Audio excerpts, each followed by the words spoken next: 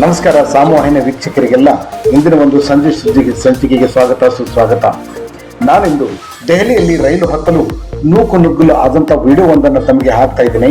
ಈ ಮಹಾಕುಂಭ ಮೇಳಕ್ಕೆ ಸಾಕಷ್ಟು ಜನ ಹೋಗಿದ್ದಾರೆ.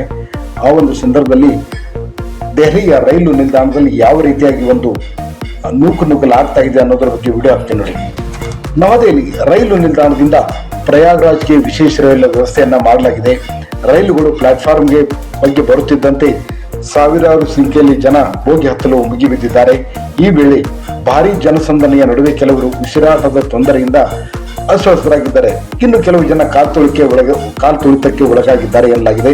ಅಸ್ವಸ್ಥಗೊಂಡವರನ್ನ ಸ್ಥಳೀಯ ಒಂದು ಆಸ್ಪತ್ರೆಗೆ ದಾಖಲು ಮಾಡಲಾಗಿದೆ. ದಯವಿಟ್ಟು ಕುಂಭಮೇಳಕ್ಕೆ ಹೋಗುವಂತವರು ತಮ್ಮ ಒಂದು ಪ್ರಯಾಣದ ಎಲ್ಲ ಅನುಕೂಲ ಹಾಗೂ ಅನಾನುಕೂಲತೆಗಳ ಬಗ್ಗೆ ಆಲೋಚನೆ ಮಾಡಿ ನಂತರ ತಮ್ಮ ಪ್ರಯಾಣವನ್ನು ಬೆಳೆಸಿ ಅಂತ ಹೇಳಿಬಿಟ್ಟಿದ್ದಾರೆ. ಈ ಒಂದು ವರದಿಯನ್ನ ಕಂಪ್ಲೀಟ್ ಮಾಡ್ತೀನಿ.